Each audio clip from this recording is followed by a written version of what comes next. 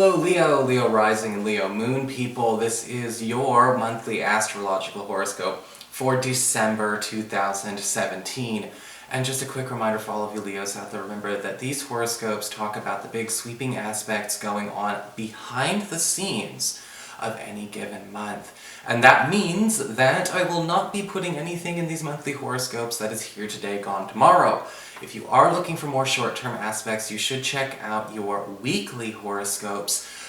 Those ones are exclusively astrology for the first half, so there is something for everybody. And of course, if you ever want to get a session with me, all you need to do is go to my website, integrativemysticism.com, or simply follow the links below. So, what is going on this month? Well, from the 1st to the 25th, we've got Venus, planet of love, magnetism, and attraction, in Sagittarius, in your 5th house of love and romance and your relationships with your kids. And this is just tops. It's the, with Venus in the 5th house, we are attracting more love and romance into our space. We are also bringing more romantic energy into existing partnerships. It's ideal for people who are trying to perhaps get more time, more pleasure into an existing romantic situation or dating situation, or for people to make time for more of those commitments, make time for more of those activities and those experiences with one another. With Venus in the 5th house, it can also bring peace and a bit of lightness and a bit more sweetness to a relationship with a child that may have been a bit contentious. Maybe we've been fighting with our kid. Maybe we've been feeling a bit distanced from them. Venus is going to be working on closing the gap, getting everything more enjoyable. Venus in the 5th house is extremely romantic, and we are seeing a bit more of a focus on that very romantic honeymoon type of energy. So between the 1st and the 25th, make sure that you turn this into a trend if that's what you want. We also have between the 3rd and the 22nd, Mercury retrograde in this 5th house of love and romance. And, with Mercury retrograde in the 5th house of love and romance, this can be a trip down memory lane for a lot of you. Some of you may actually decide that you and your partner are going to go and take something up that you have not taken up together in a long time. If you've been, in a relationship or married for many, many years, you may be actually taking this relationship back to a time in the past where, we kind of miss that routine, we miss that way of relating to each other, we miss those activities, and there's a way to kind of, again, bring more love, bring more romance, and again, bring more adventure into this by actually, maybe going back over the past. Mercury retrograde here can bring old flames into the picture as well, whether we've been with them or not. They could have just been a crush, or it could have been an ex. Are they coming back for a second try? I'm not necessarily certain. Again, these are general horoscopes, so your mileage may vary, but we do tend to see people, coming back to revisit or to check in. With Mercury retrograde here, it's important to pay attention, though, when it comes to your relationships with your kids, because with Mercury retrograde, we do tend to see a child maybe focusing on an issue from the past that they're not quite over, and they do want to be able to, explore this issue with you. Whether it's something that happened in their past or it's something that happened in your family history, they may be ready to come out and talk about it. On the 3rd as well, we do have a full moon in Gemini, in your 11th house of friendships and social networking.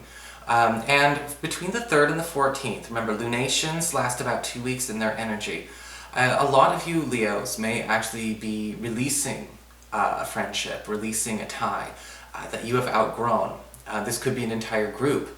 A full moon in the 11th, I keep wanting to say 3rd house because it's the 3rd, in the 11th house can indicate, it's time to evolve away from a relationship that may have, stagnated or even become toxic. Sometimes these things blindside us out of nowhere in the 2 weeks following this full moon, and we may decide that that guy is more drama than he's worth, or she has proven herself to be quite untrustworthy and unreliable. Either way, it's something where you have to look at your round table and your friendship circle and decide who really does deserve a seat, because something tells me you may decide you need a vacancy for somebody else. On the 9th, we've got Mars, planet of action and energy, moving into your 4th house of home and family, where he will be all the way up until the end of January. And Mars in the 4th house can be wonderful for people looking to purchase a home or invest in a home. Remember, Mars benefits the buyer, Venus benefits the seller. And when we have Mars in the 4th, if you are a home buyer or you are on the hunt for a new place to live, you are going to be in the best position to negotiate the best deals for you and your family. However, with Mars in the 4th house, this again can bring up some aggression on the family front or on the domicile front. You know, some of you may be having some issues come up with relatives, especially around nuclear family.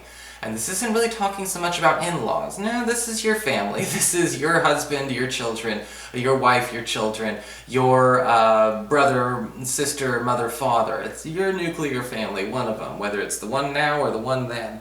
And these look to me like walls being torn down. And that's a big Scorpio energy anyway, where Scorpio is all about getting rid of walls.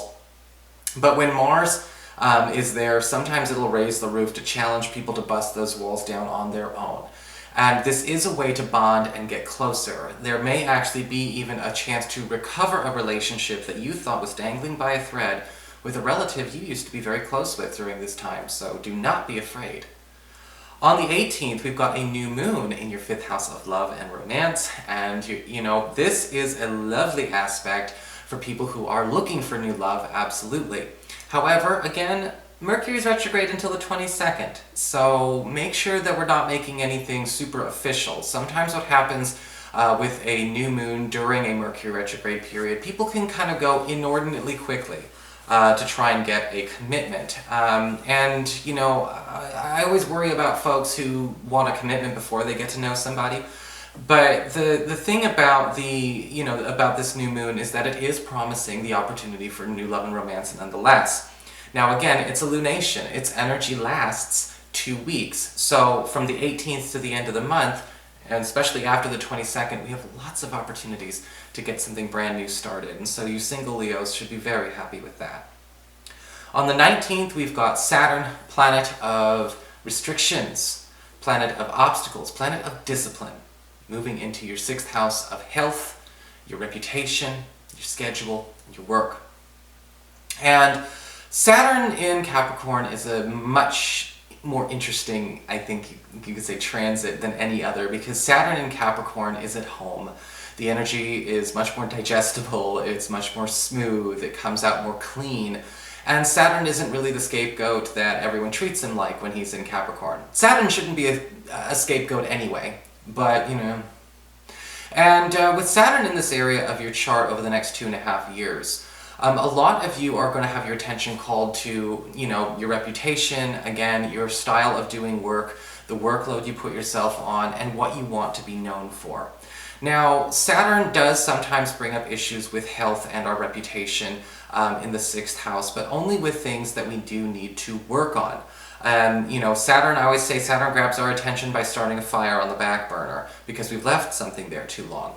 And if there's something that we're not paying attention to, whether it's with our health, what we're known for out in the world, you know, out in the ethers, so to speak, if we're not aware of, you know, what we can handle, if we're not doing all that we can, it will draw our attention there and focus on making us try to fix it. And it will compel us to do so in a very Saturn way. But with Saturn in the 6th house, this can also be very, very good for those of you who are trying to make a name for yourselves. One of the things about Saturn in the 6th that I've always enjoyed with people is that you do tend to see, you know, people becoming fixtures in their careers, in their vocation communities, in their local communities, because they are finding things to make a name of themselves for. But you have to make sure that you understand that, you know, Saturn in the 6th house does focus a lot on, again, what is your definition of professionalism and can you adhere to it? You know, we become as disciplined as a martial artist. We become as disciplined as somebody who takes this way more seriously than a hobbyist or an amateur. And I think that this, you know, this energy is basically saying, hey, you know, Leo, where are you finally going to become the king or the, you know, or the hey David, or the leader that you want to be with this? It makes a big difference because you will make a name for yourself. You will become a fixture. But I think that what needs to happen is that, you know, we also have to pay attention to something we have to let go of. Sometimes we get attached to our routines when it comes to our work or our careers with things that we keep it because we like it, but not because it works. And Saturn can be kind of a jerk that way. I'm sorry about it. But you know what? At the end of the day, it's a little easier to transition into than you think, because the Sun will be moving into this area on the same day, adding some much needed levity. And you know me, I don't really do levity very much in my readings, but here we go. You know, with the Sun moving into the 6th house, you are actually getting the attention you want. But also at the same time, it's one of those areas where, again, we're being seen, our visibility is heightened. Our talents are being noticed more by others. We are noticing that people at the office, people who we work with, possibly even people in the general community, are starting to take notice of us in a way that gets us discovered for bigger and better things. So of course we need to refine our work ethic, if, you know, however your work ethic needs to be, you know, refined. And it does seem to be going through quite nicely, especially between the 19th and the 3rd week of January. It even gets better after that. On the 25th, we've got Venus moving into this area where she will stay all the way up until the end of January. And when we have all three of these planets moving through the 6th house, again, your reputation does change, but what you are known for is something so much more substantial and so much more beloved, I guess you could say, by your career community or just by your community in general, that it's going to be something that Saturn's going to force you to consistently live up to for the next 2.5 years, but also something that has its fair amount of incentive and reward. So that is your horoscope. I hope you enjoyed it. If you did, please like, share, and subscribe. You know I appreciate it. And of course, if you ever want to get a session, you can always follow the links below, or go to integrativemysticism.com.